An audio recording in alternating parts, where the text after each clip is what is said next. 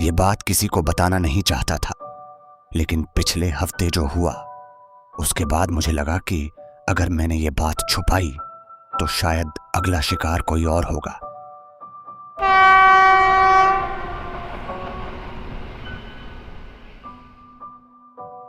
ये घटना इंदौर जाने वाली रात की ट्रेन की है।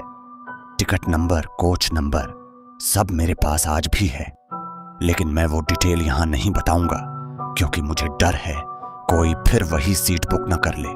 मैं काम से लौट रहा था, रात की ट्रेन थी, कोच लगभग खाली था, सिर्फ मैं और दो बुजुर्ग दंपति। करीब 11:30 तक सब ठीक था। 11:47 पर मेरी नींद खुली और ये वही टाइम है जो आज तक मेरे दिमाग में अटका हुआ है, क्योंकि उसके बाद मेरी जिंदगी पहले जैसी नहीं रही। मेरी आंख खुली तो सामने वाली सीट पर कोई बैठा था। मैंने सोचा शायद टीटी होगा, लेकिन वो आदमी अजीब तरीके से बैठा था।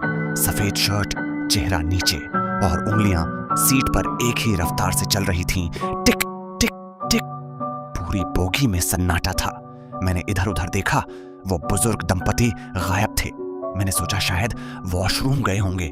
मैंने उस आदमी से पूछा, भाई साहब आप कब चढ़े? कोई जवाब नहीं, बस उसकी गर्दन धीरे धीरे ऊपर उठने लगी। मैंने कसम खाई थी कि डरावनी बातें नहीं मानूंगा, लेकिन उस रात जो मैंने देखा उसकी आंखें नहीं थीं। जहां आंखें होनी चाहिए थीं वहां काला गड्ढा था, जैसे अंदर कुछ हिल रहा हो। मेरी सांस अटक गई। तभी मेरे मोबाइल में नेटवर्क खुद ब खुद आ गया। एक मैसेज आया अनजान नंबर से, तुम मेरी सीट पर बैठे हो। मेरे हाथ कांप गए। मैंने ऊपर देखा, वो आदमी गायब था, लेकिन सीट पर गीले निशान थे, जैसे कोई भीगा हुआ शरीर बैठा हो। अचानक ट्रेन झटके से रुकी। अनाउंसमेंट हुआ, इंदौर जंक्शन। लेकिन हम अभी इंदौर से बहुत दूर थे। मैंने खिड़की से बाहर देखा, स्टेशन सुनसान, बोर्ड पर पुराना पेंट और साल लिखा था 1998। मेरा दिल तेज धड़कने लगा।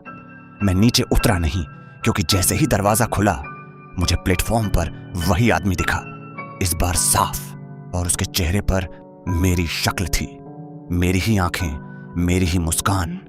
ट्रेन फिर चलने लगी। मैंने पीछे मुड़कर देखा, मेरी सीट पर अब कोई और बैठा था। वो मैं था, सिर झुकाए, उंगलियां उस सीट पर चला रहा था। टिक टिक टिक। तभी मेरे कान में फुसफुसाहट आई। हर 11:47 पर एक सीट बदलती है। मैं चिल्लाया, लेकिन आवाज नहीं निकली। अचानक सब अंधेरा। जब आंख खुली मैं अपने घर के बिस्तर पर था।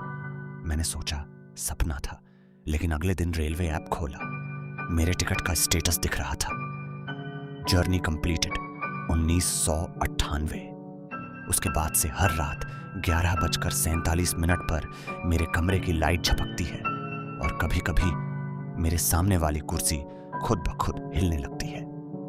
अगर आप ये कहानी रात में सुन रहे हैं और अभी 11:47 होने वाला है, तो पीछे मत देखिए, क्योंकि हो सकता है मैं अब आपकी सीट पर बैठने वाला हूं।